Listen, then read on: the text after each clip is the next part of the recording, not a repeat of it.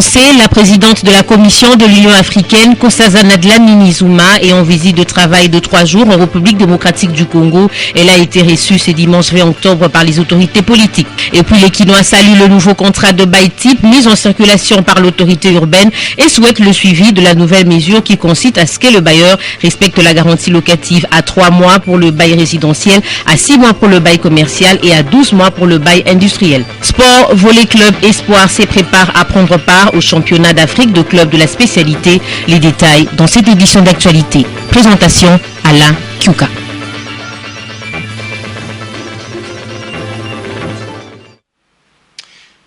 Madame, Monsieur, bonsoir. Bienvenue à cette grande édition du journal télévisé sur Antenne A.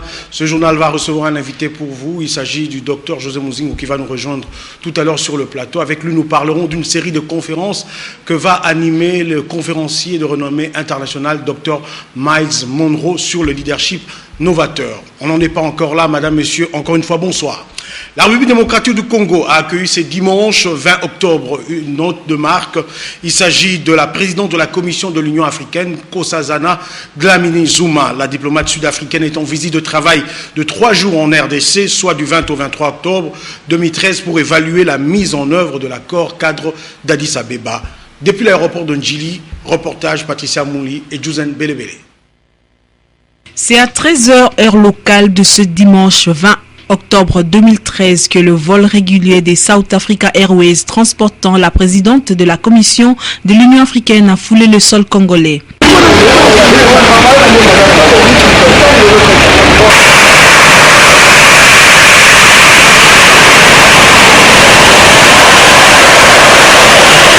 Nkosazana Dlamini-Zuma a été accueilli à l'aéroport international d'Njili par l'ambassadeur sud-africain en RDC qui l'a présenté ensuite au vice-ministre des Affaires étrangères Célestin Tunda Kasende.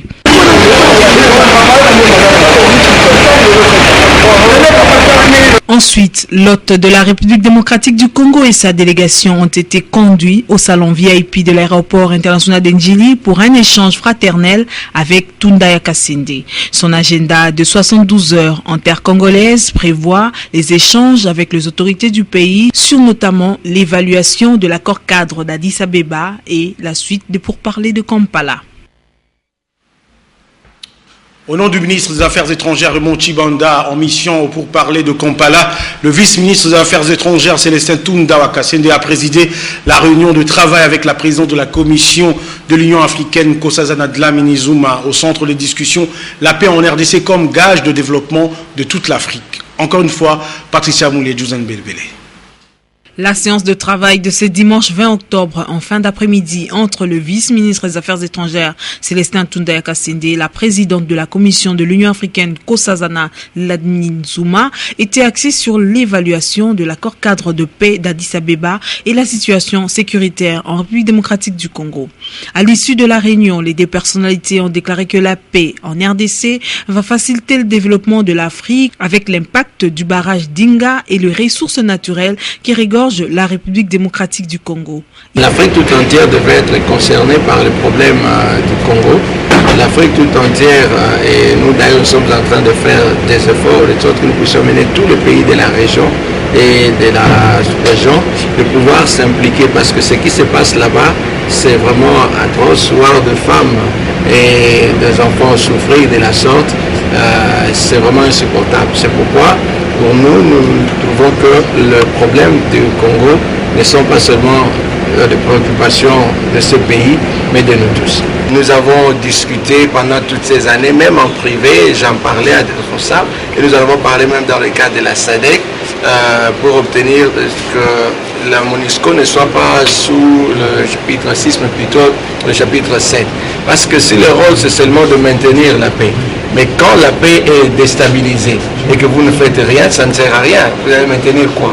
C'est pourquoi nous avons voulu et nous sommes heureux de voir que la MONUSCO doit non seulement maintenir la paix, mais aussi veiller à ce que tout ce qui déstabilise la paix soit arrêté, soit banni pour que tout aille pour le mieux. Cette visite est un signal fort pour la République démocratique du Congo, a déclaré le vice-ministre Célestin Tundaya Kasinde. C'est un signal divin que son Excellence la présidente de l'Union africaine, Madame Zuma, soit dans notre pays, justement le jour où le président de la République va rendre solennel les résultats des concertations politiques.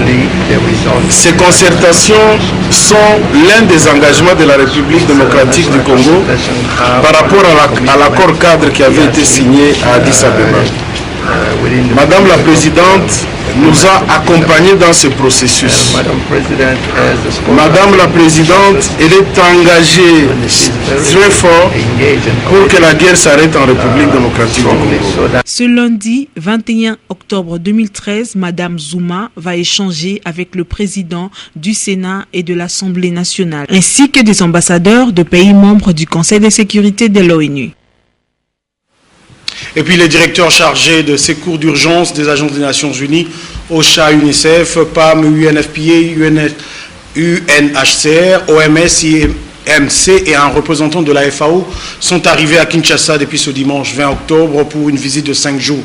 En RDC, ils effectuent une mission conjointe afin de faire le bilan de la crise humanitaire et de la réponse apportée à ce jour. À Kinshasa comme à Goma et Bukavu, la délégation de l'ONU va s'entretenir avec les partenaires, notamment dans la perspective d'apporter les réponses durables aux besoins des personnes affectées par la crise sécuritaire à l'est du pays. Les pourparlers de Kampala, parlons-en maintenant.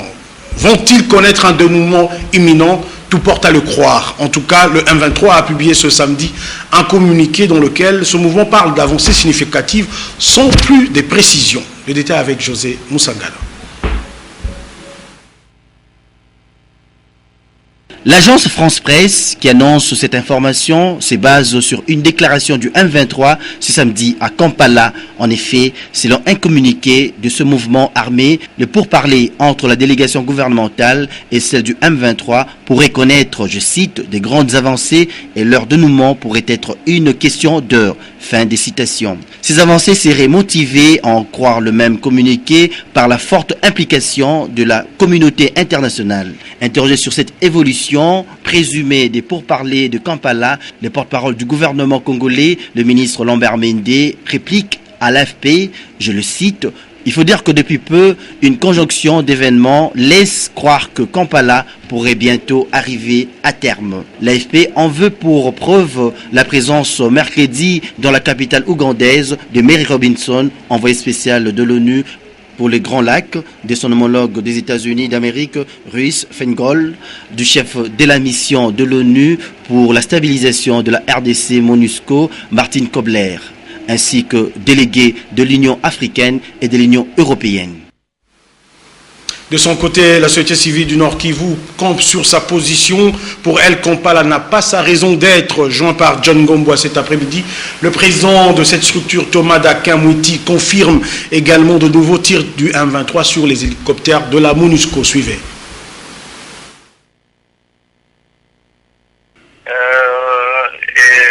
Les avions de la MONUSCO en patrouille ordinaire sur le territoire, au-dessus des collines du territoire de Nyiragongo, vers Kibumba, ont essuyé des tirs du M23.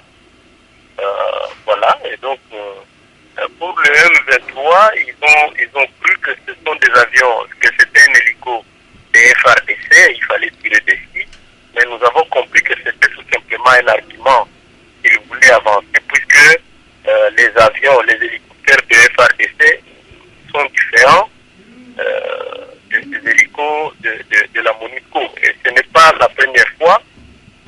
La semaine passée, les mêmes M23 à Rumangabo ont encore tiré sur un hélicoptère de la MONUSCO. Et aujourd'hui, ils viennent de déloger la MONUSCO sur un endroit où la MONUSCO était en train de faire des patrouilles dans le territoire de Tourou, et précisément à Kiwanja. Donc la situation du M23 contre la MONUSCO est en train de devenir de plus en plus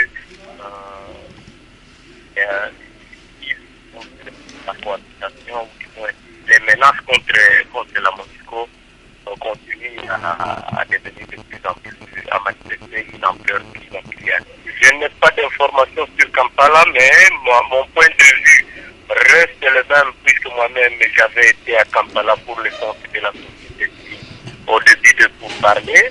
Le travail important avait déjà été fait depuis le mois de février, et pour le reste, nous on avait dit que c'était une distraction pure et simple. Il n'y a rien qui sortira de Kampala à part peut-être vider le prétexte du M23 et l'évaluation de l'accord du 23 mars. S'il faut qu'on parte dans le sens de dire qu'on est en train de vider des prétextes, tant mieux, mais nous pensons que Kampala fait une distraction. Voilà, comme annoncé en début de journal, avec moi sur ce plateau, Dr José Muzingu, président du Foyer des Aigles. Le Foyer des Aigles qui est une structure de renforcement des capacités. Docteur, bonsoir. Bonsoir. Alors, pour nos téléspectateurs, vous n'êtes pas médecin. Docteur, c'est tout simplement un des ministères de la Bible. Parce qu'il y a docteur, pasteur, évangéliste, prophète. Non, j'ai un titre académique, j'ai un doctorat en théologie. Oui. Mais vous êtes pasteur. Voilà, je suis pasteur, voilà. Oui. Et, mais professionnellement, donc j'ai une licence et une maîtrise en management. Voilà, nous allons parler affaires parce qu'il va se tenir à Kinshasa, comme d'ailleurs l'année passée, l'exExecutive Leadership Conference 2013. Il y a eu Executive Leadership Conference 2012. Quelle est la nouveauté de cette nouvelle rencontre avec le Dr Miles Monroe, qu'il faut le dire, c'est quand même un grand orateur, un conférencier de renommée internationale. Voilà. Dr Miles Monroe a une plateforme dénommée International Third World Leaders Association, qui a comme objectif de pouvoir encadrer le leader originaire, évidemment, de pays en voie de développement. C'est un très grand réseau qui regroupe plusieurs professionnels de plusieurs leaders de plusieurs pays. Et il s'intéresse beaucoup à l'Afrique aussi. Et l'année passée, c'était la première fois pour lui de visiter l'Afrique centrale, et particulièrement la RDC. Et nous avons commencé déjà à discuter avec lui de pouvoir faire de cette rencontre du mois d'octobre une rencontre annuelle. Voilà, pour permettre à ce que chaque année, que nous puissions évidemment animer des conférences en leadership pour encadrer les professionnels et tous ceux qui sont actifs dans la société. L'année passée, il avait promis de revenir, donc il revient déjà ce mois-ci, la semaine prochaine, où il va animer des conférences le 25 et le 26 octobre. Alors justement, l'année passée, j'étais présent dans la salle, parmi les participants, on avait quand même senti un certain goût d'inachevé parce que les gens étaient restés sur leur soif. Alors cette année, comment va se passer cette rencontre? Parce qu'on parle de 3 conférences le même jour. Voilà. Nous avons 3 conférences le 25 et nous avons aussi ajouté cette année-ci un forum d'investissement parce que nous ne voulons pas seulement enseigner, mais aussi créer un climat, disons, de mettre à la disposition des entrepreneurs un outil qui puisse favoriser le partenariat dans le cadre des affaires entre les Caraïbes et la RDC. Le 25, il va animer 3 conférences. Une conférence sur la famille, donc il va parler du rôle de la famille dans le développement d'une nation. Ça c'est le matin? Ça c'est le matin au Romeo Golf à 8 h. Et à 11 h, toujours au Romeo Golf, il va animer une conférence sur le leadership. Le thème de cette année, c'est le leadership novateur, une nécessité pour le 21e siècle. Donc il va parler de l'innovation dans le leadership. Et la 3e conférence pour toujours cette journée du 25 octobre, ce sera destiné aux hommes d'affaires. Le thème de cette année, c'est les clés de la réussite des affaires à l'échelle mondiale. Et le 26 octobre, nous allons animer un forum d'investissement. On parle d'une sorte de jumelage entre les hommes d'affaires du Bahamas et ceux de la République démocratique du Congo, puisque les gens de la FEC également sont concernés. Ils ont d'ailleurs tenu une réunion à ce sujet. Nous avons invité des entrepreneurs et plusieurs plateformes des entrepreneurs de la RDC, mais aussi nos compatriotes du Congo-Brazza qui seront aussi représentés. Et nous avons aussi plusieurs ministères, évidemment, du gouvernement congolais qui sont directement concernés par ces genres de forums qui seront présents pour discuter ensemble sur un partenariat éventuel. Alors quelles sont les retombées qu'on peut attendre de ce forum d'investissement? Parce que, il faut le dire, Dr Miles Monroe, c'est un multimillionnaire. On parle également d'un banquier qui va arriver, un banquier qui est milliardaire. Quelles sont les retombées qu'on peut attendre sur le plan concret, pratique? Le Bahamas est un pays leader économiquement dans la région de Caraïbes. Le PIB par habitant du Bahamas, c'est de 31 800 $, donc 10 fois plus grand que le PIB de la RDC. Cela présente des opportunités de part et d'autre. Pour eux, le Congo offre l'opportunité de pouvoir avoir accès à une main-d'œuvre moins chère. Nous avons des terres, nous avons des ressources naturelles. Ils sont très forts économiquement, ils ont des banques fiables, ils sont très forts dans le banking aussi. Et pour nous, ils ont un pouvoir d'achat. Donc ce que nous voulons faire, nous voulons encourager le lancement des industries, l'industrie agricole et l'industrie dans plusieurs domaines ici, profitant de la main-d'œuvre moins chère que nous offrons et de l'espace et du potentiel en énergie aussi, mais faire des Caraïbes un marché, que la RDC fasse des Caraïbes un marché à cause du pouvoir d'achat qu'ils ont. Bien, je vais revenir à vous tout à l'heure. Le député national Zakari Baba-Bassoé a visité vendredi 18 octobre les 3 sites de l'ISIPA basés dans la ville-province de Kinshasa. L'occasion a été propice pour l'élu de la Lukunga de lancer un appel au gouvernement pour subventionner les initiatives privées. Cette visite a été suivie par une autre, celle du député national Félix Vundwawe. Reportage Lalimbo Fandombungu, Sylvie Mboula. Au terme de sa visite qu'il a conduit successivement à l'ISIPA, Kitega, Mouchi et Chaumba, et ce après ses entretiens avec le promoteur de l'ISIPA, l'ingénieur Martin Ekanda Onyangunga, le député national Félix Vundwawe Tepemako, a loué cet investissement de haut niveau pour la formation de la jeunesse congolaise. Le président fondateur de l'ISIPA, ce qu'il a fait mérite éloge, mérite encouragement. Voilà un Congolais capable de ses propres moyens, peut faire beaucoup de choses. Bien avant, le député national Zakari Baba-Bassoé a, au cours de sa visite guidée, évoqué le caractère multidimensionnel de cet édifice d'enseignement informatique, douane et assises, qui non seulement sert à la formation des futurs cadres, mais aussi crée des emplois en relevant le niveau de la formation en informatique en République démocratique du Congo. Devant les étudiants, l'élu de Lukunga a prodigué des sages conseils en les exhortant à être assidus, car l'avenir, a-t-il dit, leur appartient.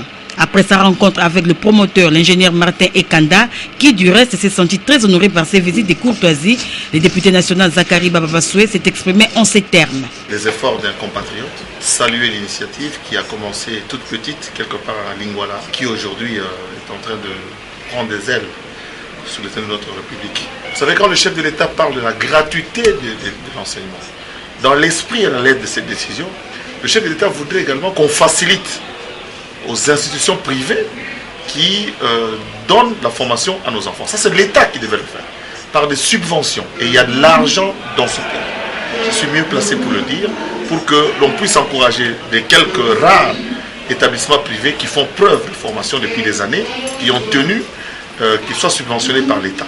Pour marquer ses empreintes à l'ISIPA, l'élu de Lukunga a accouché des mots aimables dans le livre d'or avant de recevoir des cadeaux de la part de son hôte. Les Quinois